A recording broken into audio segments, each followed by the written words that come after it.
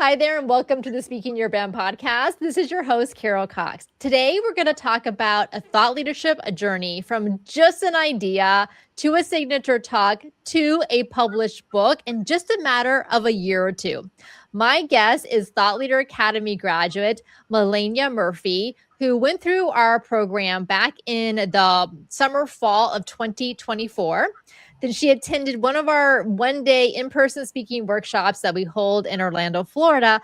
And then she also attended a writing and speaking retreat that I co-hosted with book coach Tiffany Hawk, who is amazing. I'll put links to those podcast episodes I've done with Tiffany in the show notes.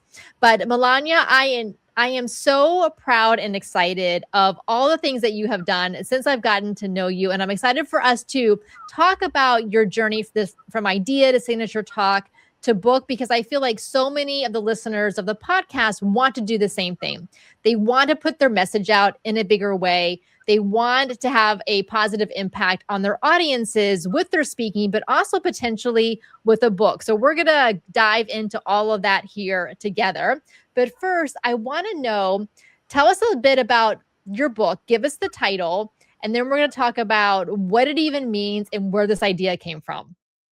Okay, great. Well, thanks, Carol. I'm so excited to be here. It certainly has been a journey with you. I remember my first call, like, I don't know, is this really right for me? And you were so encouraging and so supportive. So I really appreciate that. It's really helped me to get to the finish line here.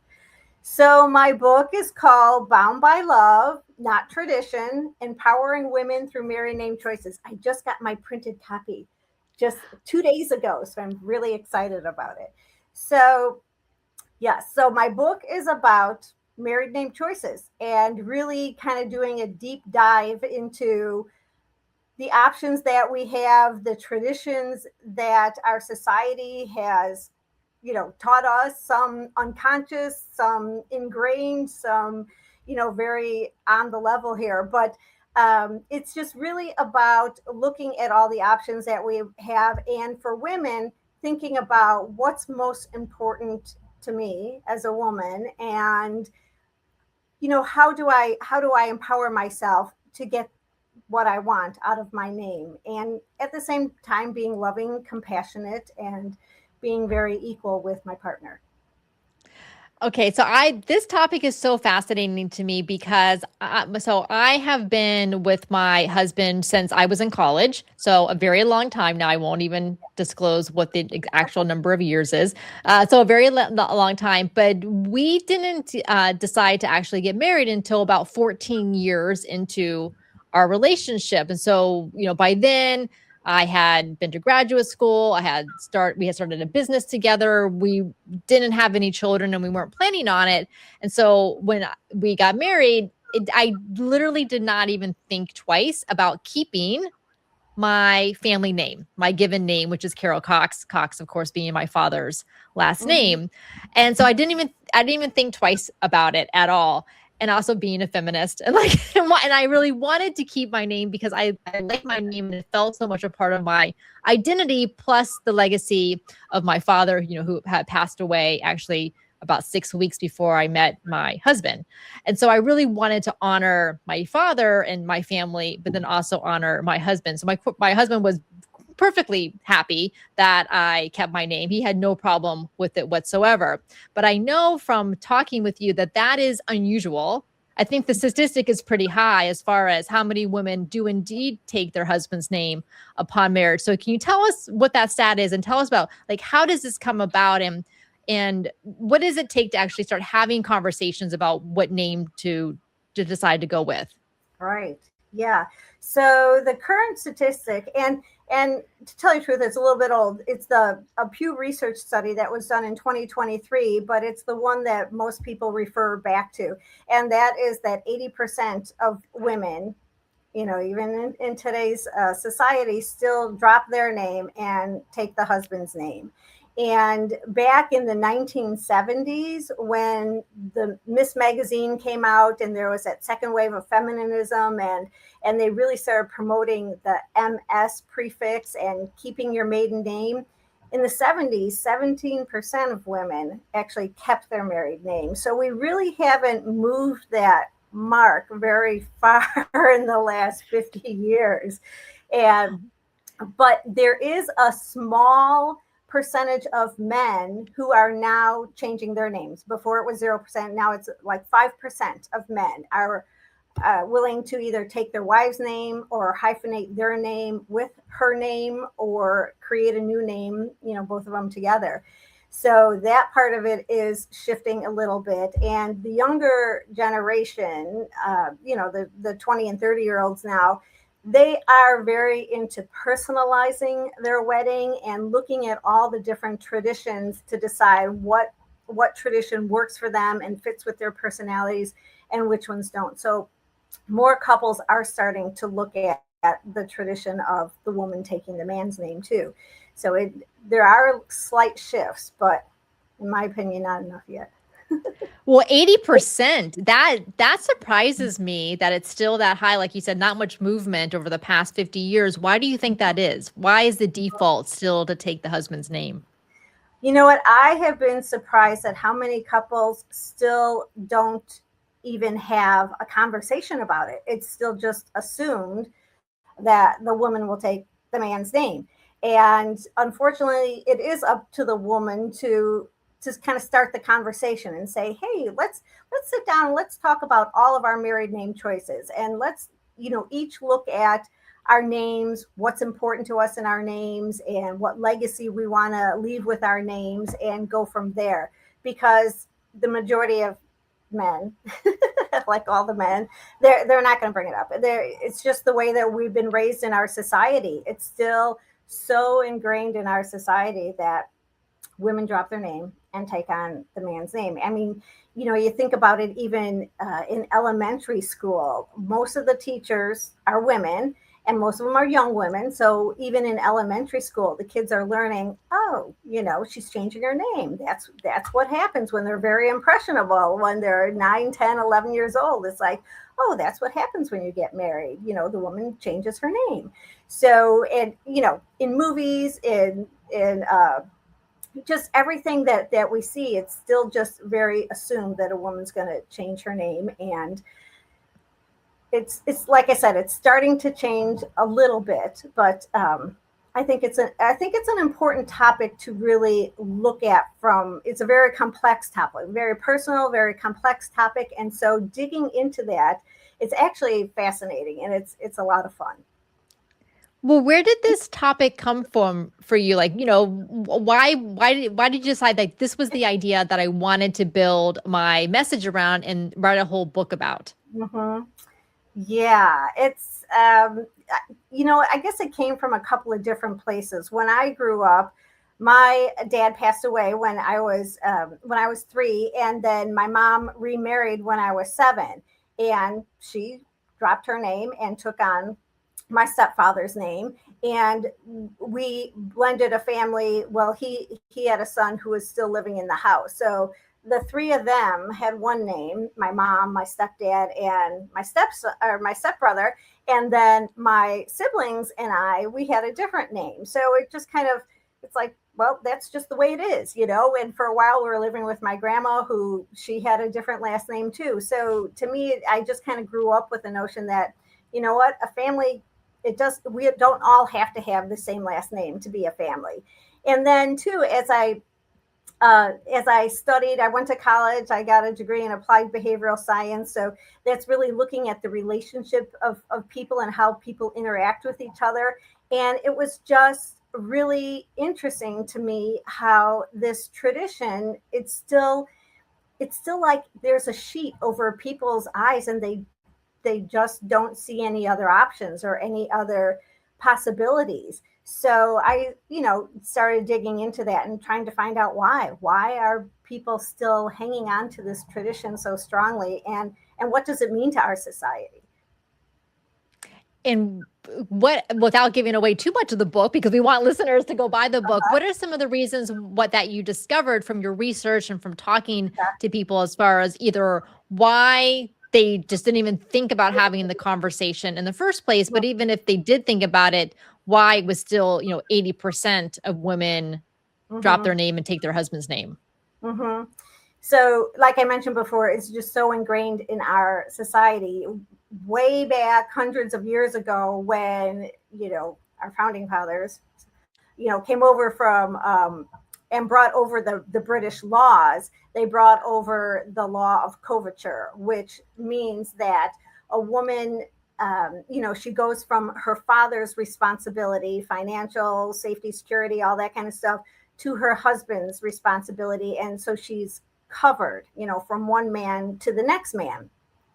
And but those coverture laws also said that it was the man who needed to, now her husband, protect his wife, but that also meant she didn't have any financial rights, any rights to her body, any rights to her children, any of that. So as those laws came over to what is now the United States, um, the tradition continued. And it wasn't until, well, way back in 1855, that's when the first lady her name is Lucy Stone. She was acknowledged as the first woman to keep her maiden name when she got married. And it was a big deal, but it was because her husband, too, was very he was a feminist, and in that he felt that he and his wife were equal partners, and so he felt that she didn't have to give up her job, she didn't have to give up her career in his eyes, because in society and law's eyes she would have to do that once she got married. So, and then in the, of course, in 1920, we got the right to vote. But it really was in the 1960s that the women and men started breaking down some of these laws that were holding us trapped in coverture. There are still, kind of remnants or ghosts of coverture today out there still, but the laws were really holding us back. And then once the laws were abolished, it was still just the way that you did things in society, and it took a long time to change. Right. It still blows my mind that only 50 years ago, so, my mother's generation, women could not open a bank account in their own name without their father's or husband's approval, get a mortgage, get a credit card, all these things that we take for granted, which Yeah, provides us with that sense of economic independence, weren't even legally possible for them. right. And it wasn't until 1983 that the last of the 50 states, it was Alabama, took the law off their book that a woman must take the man's name when she gets married. So 1983, there were still there was all 50 states. You couldn't just choose whatever name you wanted to. You still had to take the man's name. So it's and Okay. it wasn't always, women have to take the man's name, but it was like you said, if you don't have your husband, if you're married and you don't have your husband's name, you can't get a voter's, registration card, you can't open a credit card, you can't do all these other things because you're married and you don't have his name. So there, the laws are kind of, it didn't most of them didn't specifically say you must take his name, but basically you can't do anything unless you do. Okay, so now that makes a little bit more sense why the number is still so high at 80%, because it really wasn't until Gen X, like my generation, Generation X, and now millennials, who are really the first generations to legally not even be required to have Yeah. to do that. And of Well, course, a we lot of know that laws, culture. Yeah, go ahead. right? A lot of laws, or a lot of states took the laws off the books much earlier, but there was still the lone holdout, Alabama, in 1983. It was still a law there. Hmm. And it takes a while for culture to catch up with law. So just because the laws have changed doesn't mean that the way people think about things or the way that their families expect them to do Right. things will necessarily change. So in the conversations you've had with both women and men, what are some things that come up that they have shared with you as far as maybe some doubts or uncertainties about, what name to take? Hmm. It's interesting. I just read an article today from the Washington Post. There's a columnist, Carolyn Hacks, and a mother wrote in, and she said that, when she and her husband got married, they both chose to keep their birth names, their birth last names. But now they're having a child together, and so the mother says, my name to be in our child's name too. And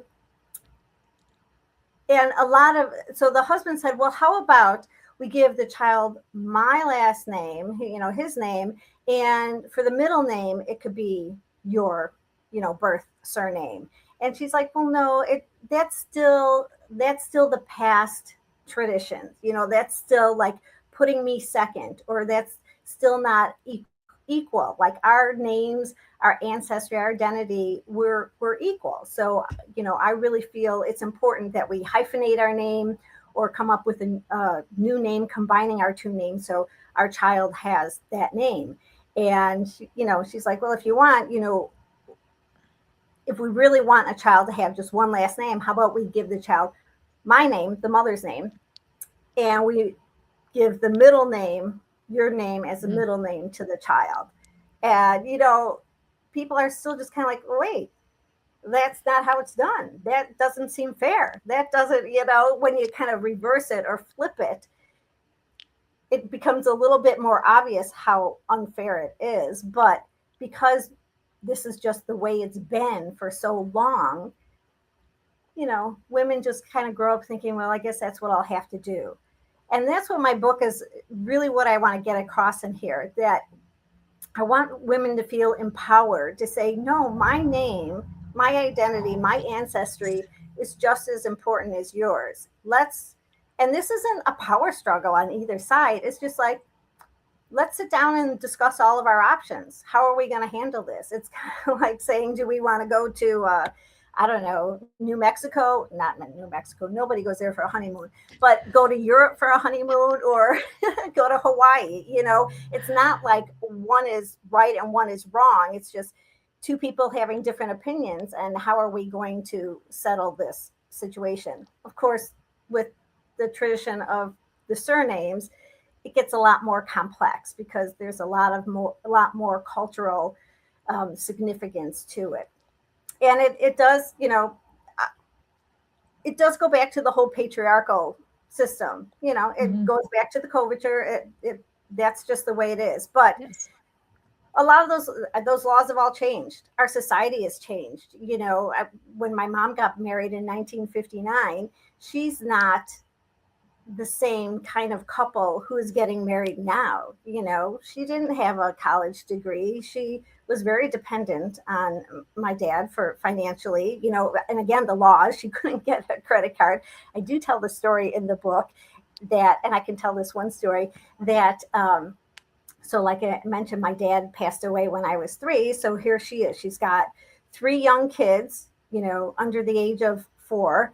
And she's pregnant with her 4th child, and now she's a widow, and she's trying to, maneuver, trying to figure out how am I going to survive? How am I going to move forward? So she does go to get her own credit card, and they said, you're technically you're married, so you need to have your husband's name on the credit card to get the credit card. And she's like, but he's dead, he just passed away, and they're like, well, just sign his name on here. So she literally had to sign my deceased father's name on the credit card application so she could get a credit card. So those kind of laws have changed, luckily. And so, I mean, the couples who are marrying now are, they're more equal. A lot of them bring in financially, they bring in the same amount. I know for a time I was the breadwinner. For a time, my husband was breadwinner. It kind of goes back and forth. We make decisions together. It's not father's knows best, and it stops with the father. It's a equal partnership, and a lot of couples want their name to represent that too. Well, I think what's important about this message is so that both the women and men know that this is a conversation worth having versus just assuming that this is where the way it's going to be, and literally not even either crossing their mind, or perhaps for the woman to be a little bit hesitant to bring it up because she hasn't read your book yet, and she doesn't have this kind of the research and the background and the history to know, like, why is this the default and what are some other options. So that's why I'm glad that you're putting this work out. So let's talk a little bit about why you decided that now was the time, in your life that you wanted to really work on this. So as I mentioned in the intro, you joined our Thought Leader Academy in August of 2024. And so I think you had been working with our book coach, Tiffany Hawk, Mm-hmm. before then, found out about me and Speaking Your Brand from Tiffany and decided to join our Thought Leader Academy. So tell us a little bit about your journey to decide, okay, now is the time that I want to put all this together. Well, actually, now wasn't the time. Like 5 years ago was the time, but I didn't have all the tools and the resources and the expert, coaching advice of you and Tiffany that I've found along the way. So I think, like a lot of people during the pandemic, having time at home, I know my what I did with when I found more free time is to start working on my book. I'm like, you know what, this thought, this idea has been lingering around for a while. And 2020 was the year that I started to figure out, well, how do I even go about writing a book? And, of course, there's a lot of resources out there. I went with Hay House, and they had I think it was a 3-day boot camp. Of course, it was free. And of course, I wanted to do all the free stuff, because it adds up quickly. So I took their course, and it kind of broke down, who's your audience, what's a hook, all the very basic things of what you need to know to write a book. And so then I created my book proposal. And then I kind of graduated from the Hay House group to another group that was really into creating the book proposal and your cover letter, because you need the book. Mine is nonfiction. So for a nonfiction book, you don't write the book ahead of time. You write the proposal, and then you write like sample chapters. And then you need to find an agent, and then the agent helps you find a publisher Mhm. if you go that traditional route. So that's where I started putting all my focus into, is trying to get an agent and get a publisher. And as I went through that process, I kept getting the same response, that my topic was more of a magazine article. It wasn't worth a whole book, which I obviously disagree. So I, and about that time, that's when I found Tiffany. And so she, helped me along with everybody else in her course that we were taking to develop the book proposal and then the platform. And again, a lot of people think the platform has to be just social media, but there's a lot of other ways to build your platform. And one was getting bylines in articles. So started doing that, started getting articles published, and that was a great journey. It's so fun to see your have a byline in like HuffPost or Today, or some of those other things. And then being guests on podcasts. So thank you for this. And Yep. and I kind of again started finding my voice through these podcasts too, and start talking about my book. So that was a great thing too. And through that journey, then I found you, and it was about trying to again talk about my book and get out there in front of people. I Talking in front of people is not my favorite thing. So, but going through your course, oh my gosh, I gained so much confidence. And I thought it was all about creating a PowerPoint and being very organized and just going through my PowerPoint. And when you told us to get up on stage and just tell a story without any notes or anything, I'm like, oh my God, then what have I gotten myself into? But it was great. I was just so amazed with myself that I could actually do that. I could get up there and I could tell a story. And so when I started giving my talks, and I didn't even use the PowerPoint. It was just like, okay, I want to talk about this, and then I want to tell this story, and then I want to talk about this, just like you taught us.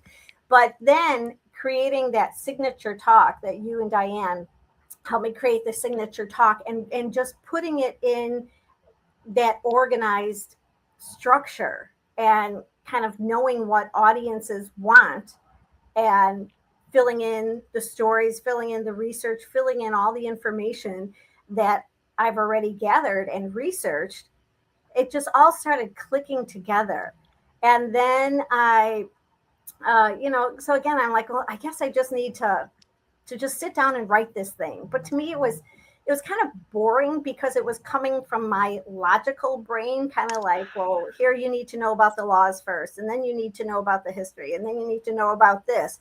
But then it clicked that, oh, I could just take this signature talk, and that could be the structure of my book. And it's, set in a way that it's geared to the audience. What does the audience need, and what are they going to react to? And that's how I came up with a book. Yay. Oh, I love hearing that because that's, that is how I think about the signature talk, that it really, because it follows narrative structure, 3 acts based on traditional storytelling structure, Mhm.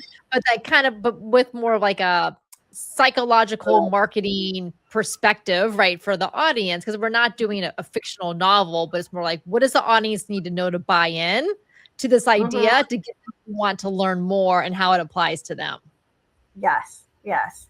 And I wanted it to be entertaining. I didn't, my target audience is brides to be. I would love for every bride to just put on their wedding to do checklist, discuss married names, because I'm Yes. still finding, talking to people, reading articles, that they're like, yeah, we didn't really decide. And, but now later on, when it comes to changing the name on the paperwork, a lot of brides are still like, I don't know, I just don't, I'm not sure. And so some guys, it just, obviously it kind of takes them back. They think they're going down this road that she's going to take his name, and they haven't talked about it really. And then after the fact, after they're married, they're like, well, wait a minute, this is not kind of a deal breaker, but like, we should have discussed this ahead of time. We should have discussed, and if you're going to keep your name, how are we going to name our children? Because these are important things. So I just love that. Brides are. I've had advanced readers, and the brides are like, yeah, you know what, I can see now why this is so important for me to figure out what I want and stand up for myself, and not, and again, it's not a power struggle between the husband and the wife. It's just the acknowledgement of what you want, what a woman wants, and learning how to have that conversation with him. So, yeah. So it's a quick book. It's 112 pages, but it's for the brides to be, and they're busy right now. You know what? They're organizing, and they're planning, and they're researching, and they're everything else. So I didn't want this to be a really heavy academic book. It's more fun, and it's fast paced. The people who have read it has said, they're like, oh wow, I started reading it and I couldn't put it down. So a lot of people, they read it in a weekend or something, because it's just it keeps moving, and um, they they find it really interesting. Well, I'm one of the advanced readers because I'm on your street team to help you out. Hence, doing this podcast episode, pre-ordering your book, reading your book so that I can put a review on Amazon when it gets published, which publication date is March 1st, Mark. 2026. So for those of you listening, make sure to pre-order the book. If it's prior to March 1st when you're listening to this, the link is in the show notes. And if it's March 1st or later, go ahead and you can get the copy and start reading today. And we'll give you the links, and again, in the show notes and here in just a moment. But so I want to chat with you a little bit about the publishing process and now about the promotion process for the book, because I think this would be helpful to people listening who maybe want to do something similar. So you mentioned that if someone wants to go down the what is called the traditional publishing route, they're probably going with one of the top big 5 publishers. It's a Right. longer process. You need an agent and an editor, and then you got to kind of pitch Mhm. the book idea with the book proposal to the publisher, get selected. So that's the whole thing. And there's definitely a time and place for that. And I also feel like there's also a good publishing route that is better than just trying to figure it out and DIY it yourself, but instead of hiring a publisher to help you with that. So can you tell us about how that process worked? Yeah, that's the route that I decided to go with, because I did get involved with two other women, probably like in March. And again, we all wanted to get our book done. So we're our accountability, partners. But both of them had businesses So they wanted this book to provide credibility for their business and to kind of maybe use it to promote their business. So they had a different reason for their book, and so they decided to go more the Amazon route. So they were able to just put it on Amazon, and then Amazon does print on demand orders. And so they did their own editing, they did their own cover, and they went that route.